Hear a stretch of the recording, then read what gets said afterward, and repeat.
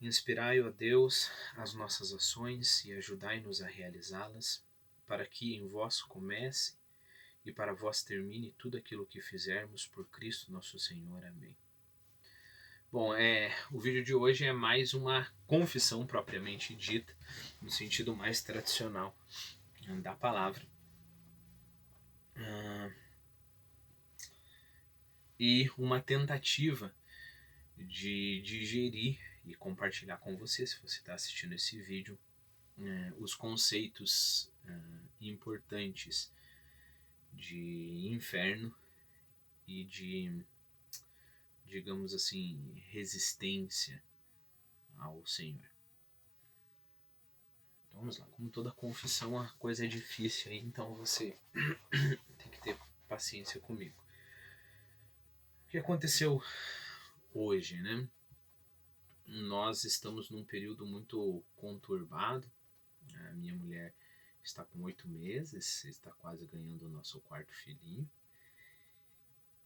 E eu venho num crescente aí de perder campo, né? O que eu quero dizer com perder campo? Uma das coisas mais importantes para mim, junto com a minha família, sempre abaixo de Deus, é a missão que eu tenho, né? Então são os meus estudos literários, as minhas leituras, os vídeos, e uma após a outra, por vários motivos, vários eventos que foram acontecendo na minha vida, eu fui perdendo dias de estudo, estou tendo que trabalhar mais, né? Fui perdendo campos, assim.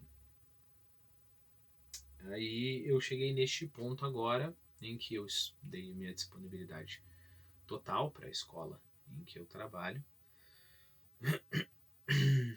o que para mim é uma coisa que sempre é uma grande luta, sempre é a minha cruz para carregar, porque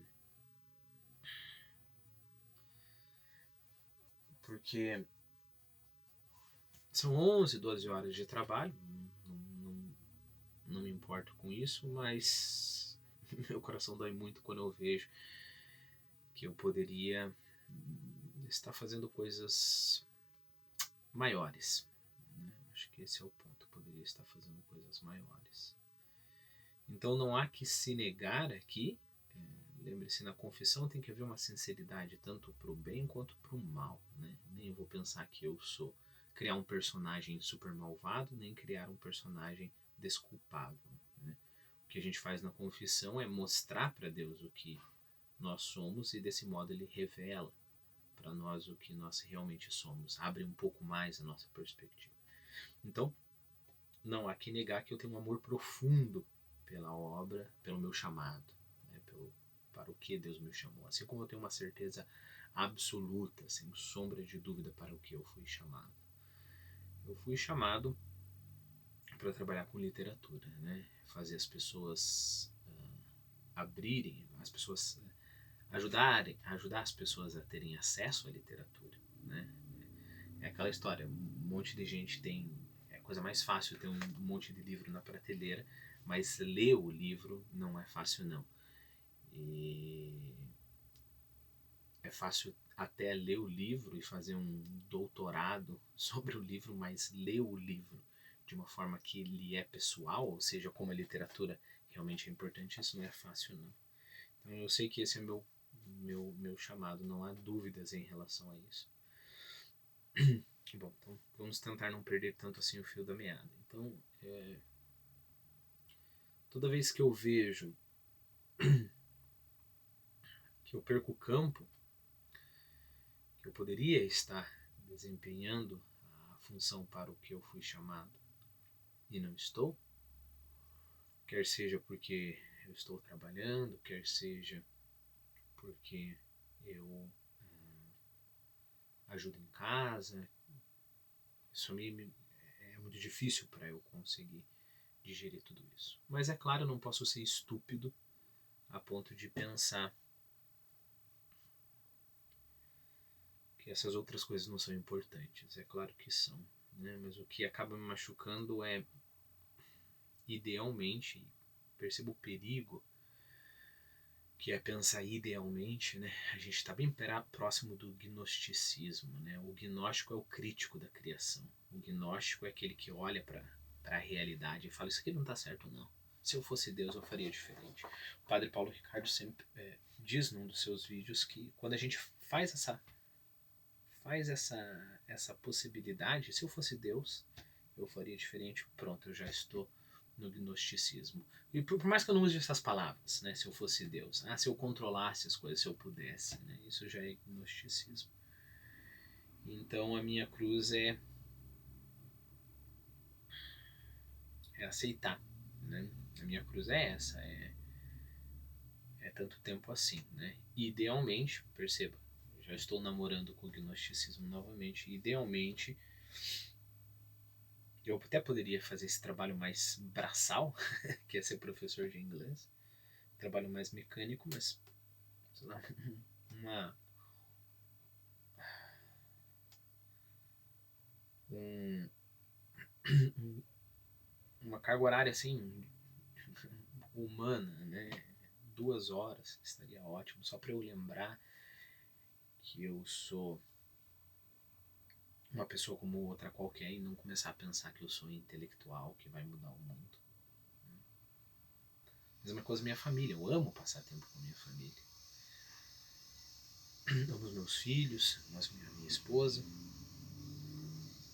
Mas quando as únicas 2 horas que eu tenho, vamos supor, né?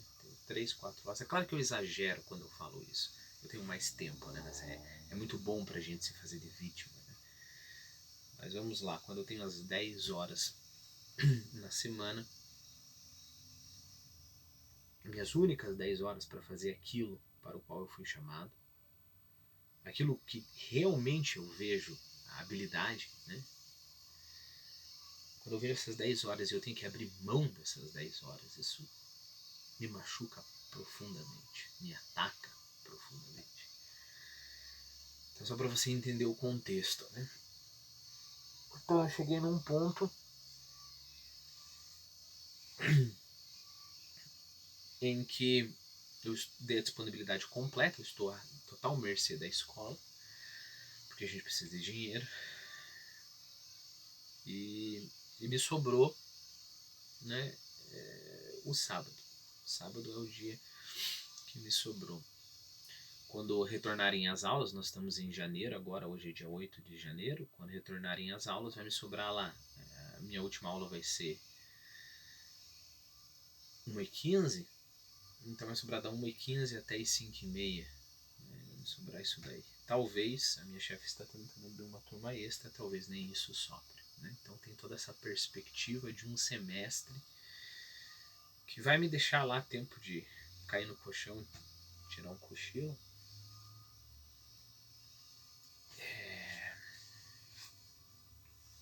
Talvez o que? Algumas horinhas no sábado.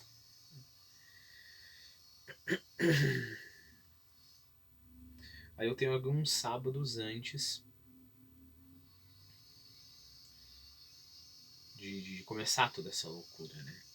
Que seguramente vai ser um dos maiores desafios.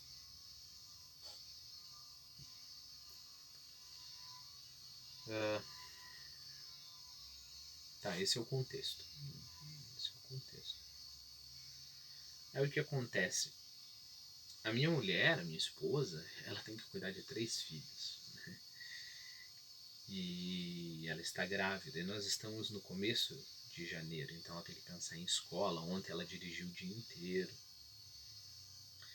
Teve que arrumar o quarto para... A gente comprou um armário e beliche para poder acomodar os meus 2 filhos. Então ela ficou fazendo todo esse tipo de coisa, além de cuidar da casa, além de fazer tudo o resto. E ela precisou de mim.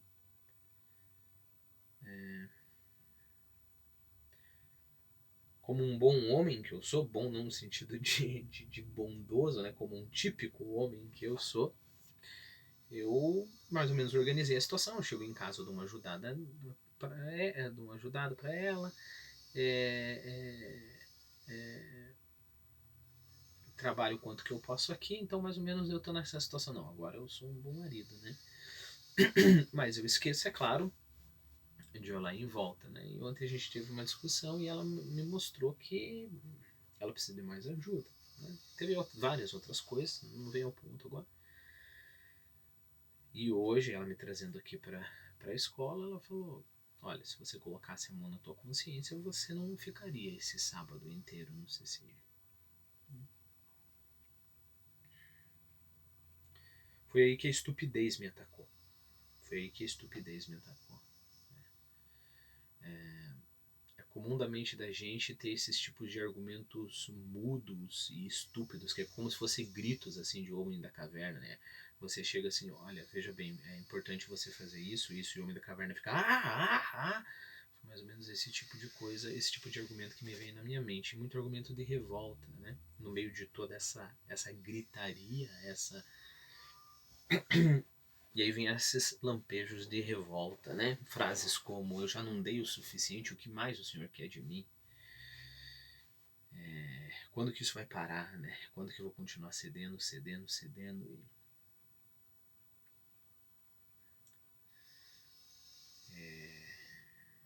O que mais que querem, né? É claro que num momento desse você tem aquela voz, que é a voz do Espírito Santo, que está lá na parte de trás do teu cérebro, falando: não tá certo não. E essa voz vai falando para você: isso é drama. Você pensa que eu sou. Você pensa que eu sou os vídeos que você grava? Você pensa que eu sou os livros que você lê? Você pensa que eu sou a obra que te dei? A obra fui eu que te dei. E o valor da obra só existe porque eu estou atrás dela. Essa voz que fica, mas é uma voz que fica muito suave no momento de desespero, né? No momento de confusão, no momento de revolta. Essa voz, mas sempre essa voz está lá, falando que está sendo irracional. Você está exagerando nos teus argumentos. Então tenha em mente que é isso que ficava na parte de trás do meu cérebro. Enquanto à frente, né, vinha argumentos como esse, né? Eu não estou pedindo para ficar rico, eu não quero ter um monte de mulher para transar, eu não quero viajar pelo mundo, eu não quero sequer dormir, eu não quero sequer ter momentos de descanso, eu só quero fazer aquilo para o que eu fui chamado. E a voz lá atrás mais calma. Né? E aí o que acontece? Essa revolta vai num crescente. Num crescente. E um ódio muito grande se apossou de mim. Um ódio contra minha esposa. Né? Essa desgraçada, pensava eu, que está arruinando a minha vida. Ela tomou tudo o que mais ela quer. Essa fraca, essa mulher que depende demais de mim. E tudo isso crescendo. E o ódio cada vez mais aumentando. E aí, não diretamente, mas essa revolta contra um Deus que fica de braços cruzados. O que é isso? O que é isso? O Senhor pode a qualquer momento fazer assim e acabar com toda essa palhaçada, todo esse circo de eu ficar 20 horas trabalhando e não ter nada para. Não ter tempo simplesmente para fazer a sua obra. E essa revolta contra o próprio Deus crescendo em mim. Deus não sabe o que está fazendo. Né? Não falei isso em palavras explícitas, mas é isso que estava implícito ali. E aí, como um lampejo, passa a ideia: não, uma situação dessa, então eu vou morrer. E é claro, em nenhum momento o pensamento foi forte o suficiente para que fosse realmente um perigo morrer ou me matar. Né? Isso não é o ponto aqui. Eu acho que em nenhum momento foi forte o suficiente. Não vamos exagerar as coisas. Lembre-se, a medida certa, esse é o ponto de uma confissão, a medida certa. Né? Mas o pensamento estava lá. As suas implicações estavam lá. O seu humor, o seu estado de espírito, o estado de espírito do pensamento estava lá. Né? E isso gera frutos, com certeza absoluta. Então olha que lógica bonita, a lógica do suicídio, né? Então estou aqui desenvolvendo para você o que o diabo gosta de mostrar em confusão, né? É dor, revolta, e ele vai jogando um raciocínio depois do outro. Ele não organiza isso de forma lógica, pelo menos não nesse momento específico que eu estava ali da luta, né? Então é revolta, mas eu amo tanto a obra de Deus, mas eu sou oprimido, e tudo isso, né? Um coitadismo, uma revolta, uma tristeza, um desânimo, tudo isso, tudo extremismo, né? Não, como se agora, porque eu vou ter que voltar para casa no sábado e não vou ter até de tarde, quer dizer que eu não vou poder nunca mais ler livro nenhum, né? Então, mais um elemento, estou mostrando para você, tudo nessa confusão, né? Então, eu tô pegando um desses elementos e desenvolvendo, né? E olha que bonito, olha que raciocínio mais lindo, né? Eu morrendo, finalmente eu venço a luta contra essa que só quer me sugar. Com o meu corpo morto na frente dela, ela vai conseguir, ela vai ter o que ela merece, né? Então, mais ou menos assim, você não pressionou tanto? Você não sugou tanto o Tiago? Você não sugou tanto o seu marido? Você não foi tirando horas depois de horas do estudo dele? Você estragou com a vida dele, você quebrou ele. Olha, agora tá aqui o corpo morto. Agora faça o que você quiser com a sua vida. E dentro de mim, diabolicamente, quase que um riso surgiu. Um riso de prazer ao ver o tanto de sofrimento que ela iria ter com o meu corpo inerte na frente dela, sabendo, e no meu sonho diabólico, ela saberia exatamente que eu estava ali na frente dela, morto, porque foi ela que causou isso. A suprema desforra, a suprema, não diria vingança, porque eu me considerava ali a vítima, né? Então, o supremo pagamento.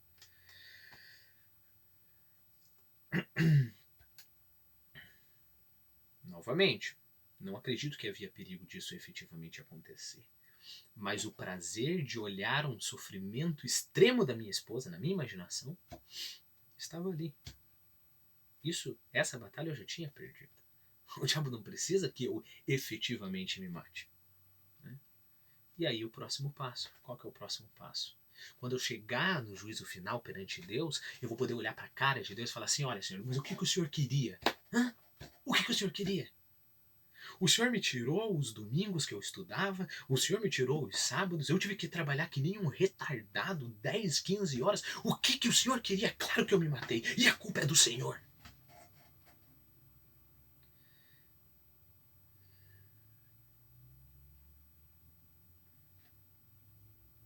E nesse ponto que eu cheguei, é exatamente o ponto em que eu estou pronto para o inferno. Perceba, para mim, né? Para mim o inferno é uma coisa muito complicada de se pensar, a mecânica do inferno, como que é essa história? Eu tô lendo Divina Comédia no canal, né, de literatura. Eu sei que aquilo ali é muito símbolo, né? Porque na verdade é uma coisa que a gente não pode entender. Está na dimensão da eternidade, como que a gente vai pensar sobre isso? Então tudo que a gente fala sobre o inferno são símbolos, né? A gente não sabe qual efetivamente vai ser o sofrimento, etc, etc. Mas uma coisa é o certo. Uma coisa é o certo. Quando que você está pronto para o inferno?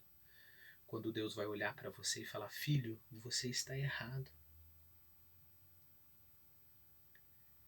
E você vai pegar para você o pecado original. O que é o pecado original?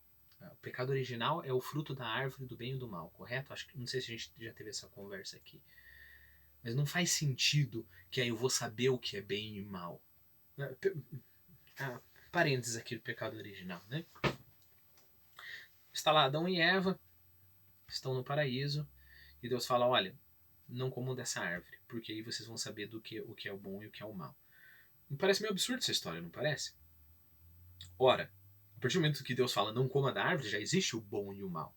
O bom é não comer da árvore, o mal é comer da árvore. Então não é esse o ponto.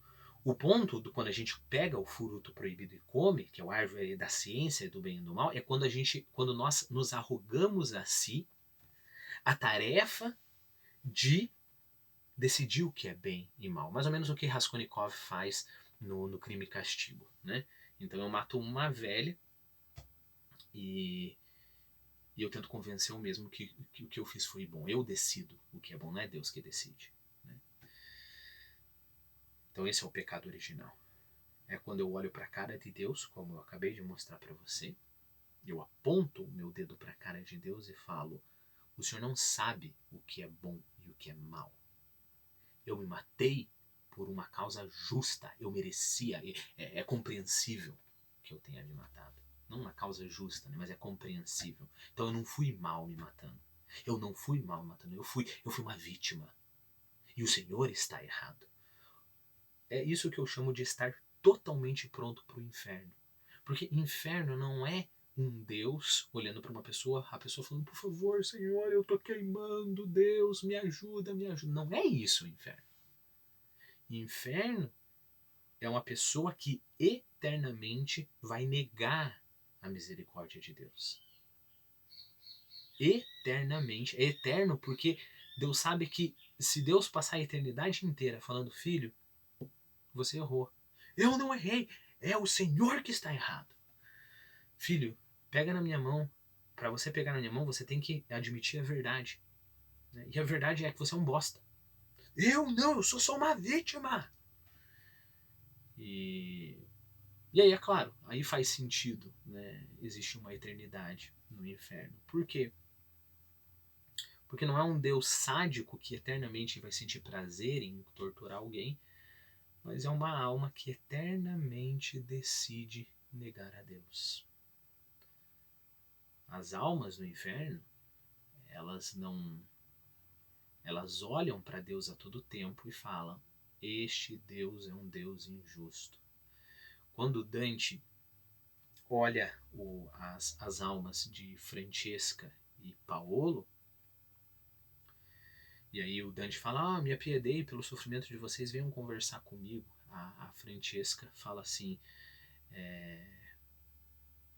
basicamente, que bom que você se apiedou. Se fosse o justo, o rei do universo, eu rezaria para ele para que ele te desse paz. Então, a história com o Dante é outra história, mas pegue essa parte. Se fosse justo o Deus do universo, até no inferno, a Francesca sempre vai pensar por toda a eternidade: Deus não é justo, Deus não é justo, Deus não é justo, Deus não é justo. Ou seja, o Espírito Santo, a voz do Espírito Santo, falaria para mim: você se matou porque você foi fraco, porque você foi um covarde, porque você se fez de vítima. Perceba, voz do Espírito Santo, a verdade. E a voz do Espírito Santo falaria isso. O que eu faria estando pronto para o inferno? Não, eu sou vítima. Deus falaria: não, você se fez de vítima. Não, eu sou vítima. E percebeu de quem que é a culpa? Porque eu vou passar o resto da eternidade negando a verdade. O resto da eternidade negando a verdade. Então, não vamos inverter os papéis aqui. Quem está no inferno não é porque há um Deus que decidiu que ele estivesse no inferno. Quem está no inferno somente decidiu não olhar a verdade. A pessoa quer estar no inferno a não olhar a verdade. A pessoa quer eternamente negar que ela está deixando, que ela está escolhendo aquele sofrimento. Porque assim, aí você pode pensar: não, mas não dá para colocar a pessoa no céu mesmo ela escolhendo a mentira. Aí já é querer quebrar a estrutura da própria realidade, a estrutura do próprio universo, a estrutura do próprio Deus. Ora, é a verdade que traz o paraíso. É a verdade que nos tira do inferno. Como que eu vou querer quebrar a estrutura da realidade e dizer: não, tudo bem, talvez você tenha sido vítima, para não machucar a pessoa, e mesmo assim dar o céu para ela? Isso é impossível. Conhecereis a verdade vos libertará. Se eu voluntariamente fecho os olhos para a verdade, se eu voluntariamente digo: não, Deus, eu sou vítima, eu sou vítima da minha esposa, eu sou vítima da falta de tempo, eu só quis fazer a sua obra, foi o Senhor que errou. Se eu voluntariamente me estupidifico, se eu voluntariamente me faço de estúpido, se voluntariamente eu abraço a estupidez, como que a verdade vai me libertar? Como que a verdade vai me libertar? Tem uma cena interessante, o filme é mais ou menosinho, né? que é um filme, aquele filme brasileiro Todo Poderoso. E aí chega lá, eu acho que o Ramos lá, aquele ator, bom, esqueci o nome dele, mas ele é o Deus lá. E aí ele vai decidir que vai escolher o cara mais justo de toda a Terra para ser para ficar, né, no lugar dele enquanto ele vai tirar férias, né? E esse cara é ateu. Né? E aí Deus fala, não, mas olha, estou me apresentando aqui perante você. E aí o cara fala, não, não, isso é só uma ilusão da minha mente. E aí Deus, eu acho que no filme eu acho que no filme o Deus acaba convencendo o cara. Eu não lembro muito bem, mas a ideia é boa. Eu não sei nem se eu criei essa ideia depois que eu assisti o filme, ou se no filme tem essa ideia. Mas aí Deus pega e fala, não, mas eu faço milagres. Aí Deus pegou e mudou o céu e tudo mais. Perceba, o homem, esse ateu, ele pode continuar o resto da eternidade falando, não, é só uma coisa da minha mente, não, isso daqui não existe, não, isso daqui... Por quê? Porque o homem tem a liberdade de escolher não aceitar a verdade. Nós temos essa liberdade. Então, Deus poderia... E repare, o inferno é isso, né? Tem todo aquele fogo me queimando e falando, você tá aqui por uma razão, você errou, você se fez de vítima, ou você foi cruel, ou você... E eu fico resistindo eternamente para falar, não, não, não, não, essa negação eterna. Então perceba, quem está por toda a eternidade permanecendo no inferno? Não é Deus que está por toda a eternidade me trancando no inferno. É eu que estou por toda a eternidade dizendo não, não, não, não, não. A verdade. E aí não importa o tipo de milagre que Deus coloca na minha frente. Não importa eu olhar, por exemplo, no meu caso específico, a minha mulher chorando na minha frente, precisando efetivamente de ajuda. Eu me fecho em meu mundo intelectual, em meu mundo em que as minhas explicações fazem sentido, em meu mundo onde eu decido, porque eu comi do fruto da árvore da vida, onde eu decido o que é bom e o que é mal, e eu sei que eu sou bom, eu só fui oprimido, e eu me fecho nesse mundo, e aí não importa o que Deus fizer em volta de mim, eu vou passar toda a eternidade dizendo não, não, não, não, não e não. E aí eu decidi gravar esse vídeo por dois motivos. Um, pela confissão em si. É muito edificante, eu acho, quando a gente vê que outras pessoas passam pelo mesmo que a gente passa. É aquela história, aquele tipo de sentimento que a gente tem no Machado de Assis, né? Você olha, você tá lendo e fala, não é que eu faço bem isso mesmo? E às vezes a gente não se dá conta que faz isso. Mas o outro motivo que me levou a gravar esse vídeo foi porque no meio de tudo isso, lembre-se, no meio de toda essa raiva, toda essa revolta, todo esse vitimismo, todo esse extremismo, toda essa inconsciência, todo esse desamor, toda essa indiferença, né? Porque é isso que eu estava sentindo, indiferença em relação à minha família. No meio de tudo isso, como eu falei para você, sempre tem a voz do Espírito Santo, e a voz do Espírito Santo falando, não é assim, não é assim. E em um determinado momento, aí o que eu faço? Essa é uma técnica que eu aconselho a você. Tudo bem, você tá lá falando as piores barbaridades. Por isso que eu reproduzi as barbaridades aqui no vídeo para você, porque era aquele tipo de barbaridade que eu estava falando. Você não pode ter medo do que você tem dentro de você. Mentir que você não tem dentro de você algo não é tirar esse algo. Isso que é o ponto. Esse que é o ponto. Isso é importante, é importantíssimo. Eu não posso fingir que eu naquele momento não estava vendo Deus como um Deus de braços cruzados, um Deus bobão.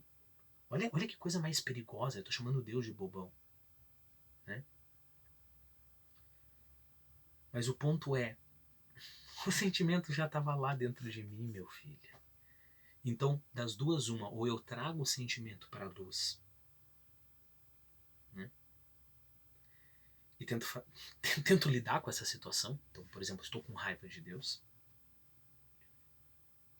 Ou eu vou ter raiva a mesma coisa, só que ele vai ficar lá no underground, né? Vai ficar lá no submundo, vai ficar lá escondido.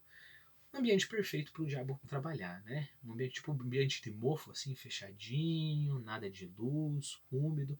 Ali é que o diabo consegue trabalhar de modo extremamente eficaz. Então o que eu fiz conforme eu estava no meio de tanta raiva? Eu trazia para o explícito toda essa raiva. Só que ao mesmo tempo, toda vez que eu conseguia, muitas vezes eu não conseguia, toda vez que eu conseguia, eu puxava também a voz do Espírito Santo e falava: eu sei que eu estou sendo vitimista. E aí continuava, né? Ah, não é justo, soquei lá a porta, etc, etc. Mas aí vinha um lampejo de luz e eu aproveitava e trazia aquele lampejo de luz, assim como eu estava trazendo o mal, trazia o lampejo de luz para a consciência também, né? E aí o lampejo de luz me falava: eu estou sendo negligente com a minha esposa. E aí voltava toda a revolta: não, mas eu não mereço, etc, etc. Então fica uma coisa quase esquizofrênica ali, né? Mas a luz vence as trevas. Isso é um fato. A luz vence as trevas. Então eu não tenho medo das trevas se eu também abraço a luz. Né? Repare, não é que eu quero amaldiçoar Deus, não é que eu quero ficar revoltado com Deus. Eu só estou reconhecendo algo que está dentro de mim. Né? E no meio de tudo aquilo, quando os argumentos escuros, né, estavam ganhando, eu de vez em quando conseguia lançar uma oraçãozinha: Senhor, mas eu sei que tem alguma coisa errada aqui. Me ajuda. Senhor, me ajuda. Senhor, me ajuda. E aí a voz do Espírito Santo fica um pouquinho mais forte. E eu consigo escutar um pouquinho mais. E eu transformo isso em palavra. Né? Assim como eu estava transformando as palavras más. Eu transformo isso em palavra. E isso foi num crescente até que me veio na cabeça, o Espírito Santo me falou na cabeça isso. Olha, nesse estado, pega essa teoria aí de matar e tudo mais, você está prontinho para o inferno. Prontinho para o inferno. E aí eu descobri, é um presente que eu ganhei hoje de Deus, o quão é importante a gente saber da existência do inferno. E isso, meus filhos, meu amigo, quando comecei a ler agora a Divina Comédia, né? O que? Uma questão de 2 meses atrás. Essa história do inferno é uma coisa que é uma coisa difícil para que eu digira, né? Para eu fazer a digestão, é muito difícil de eu aceitar, né? Aí, por exemplo, Dante, porque Dante ele tá é uma imagem, né? E parece muito tosco aquelas pessoas sofrendo lá e sendo torturadas e tudo mais. E eu estava lutando com essa ideia de inferno. E aí Deus foi me ensinando no passar desses meses, né? Não, peraí, o que Dante está fazendo ali é uma coisa poética. A gente não conhece o inferno, etc, etc. E vai continuar sendo um mistério. Vai continuar, o inferno vai continuar sendo um mistério. Mas tem algumas coisas que a gente pode afirmar. Por exemplo, a existência dele e a importância de nós sabermos da existência dele. Porque foi só na hora em que eu entendi exatamente a mecânica ali. Eu não sei se vai ter anjinho, diabinho, vai ter fogo, um mar de lava, a pessoa vai ter que comer bosta, sei lá o que vai acontecer lá. Mas e tudo que eu falar vai ser só uma imagem. Só uma imagem. Como é que se diz? É, imprópria. Sempre vai ser uma imagem imprópria. Tudo bem. Só que o fato de que eu nunca vou conhecer propriamente, né, que eu não posso conhecer propriamente, não significa que eu não posso tentar conhecer algumas propriedades. E uma propriedade é essa: quem vai para o inferno é porque a pessoa decide fechar os olhos, como eu falei para você. E quando eu ouvi isso, você está pronto para o inferno, isso me deu uma força muito grande. Eu falei: peraí, peraí, não, então vamos. E aí a voz do Espírito Santo foi ficando mais forte, mais forte, mais forte, mais forte. Até que, é claro que eu não estou feliz de não poder fazer o meu chamado como eu queria estar fazendo. É claro que eu não estou feliz com isso. Mas eu soube ao ouvir a voz do Espírito Santo e deixar ele falar, eu soube, por exemplo, dali uns minutos, que eu tinha que mandar uma mensagem para minha esposa. Eu mandei uma mensagem para minha esposa. A princípio eu tinha conseguido, né? Tinha deixado ela magoada no carro, mas eu ficaria aqui até às 5h30, como eu queria ficar. Afinal de contas, o objetivo mais nobre da minha vida é ela que tem que aceitar. Depois daquela conversa, eu estava pronto para mandar uma mensagem para ela e falar: amor, eu me excedi. Eu não fui tão rude com ela, talvez tenha sido, né? Mas não me excedi não no sentido de gritei, nada disso, né?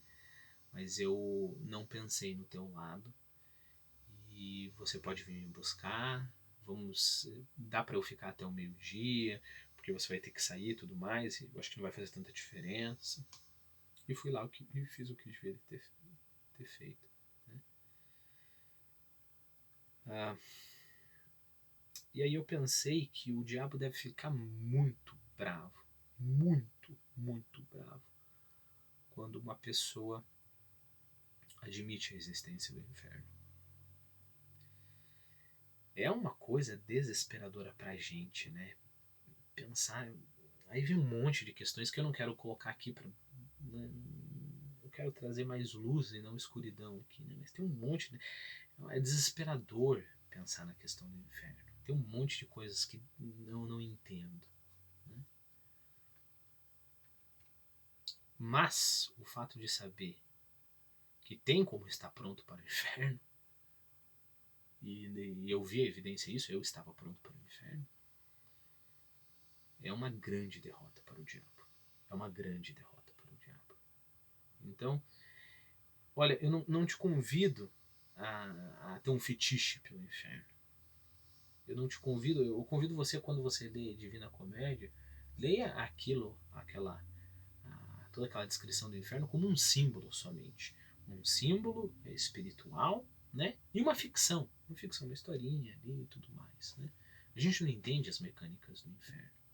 Mas às vezes a gente tem lampejos. É a mesma coisa que pensar sobre o céu, a eternidade, né? Como é que é a eternidade? Vai estar todo mundo falando: olha, Deus está aqui, passa 3 bilhões de anos. Né? É chato. Né? A gente sabe que não é isso. Não é isso. Às vezes a gente tem algum lampejo bem fugaz, e quando a gente tenta colocar em palavra, pronto, já bagunçamos tudo, já ficou uma coisa caricata, já ficou um céu de papelão, mas nós temos alguns lampejinhos. A gente tem do que seja a eternidade. Então o que eu proponho a você, não faça toda uma teoria, não se preocupe com isso. Deixa essas dúvidas ficarem em volta de você. Mas segure as certezas. Né? Como eu falei, se você me perguntar qualquer coisa sobre o inferno, eu não vou saber nada.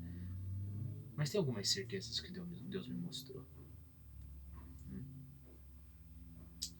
Por isso também a gente entende por que tantos santos davam tanta importância ao inferno. Né? Porque tantos santos davam tanta importância ao inferno. Bom, é isso aí. Em nome do Pai, do Filho e do Espírito Santo. Amém.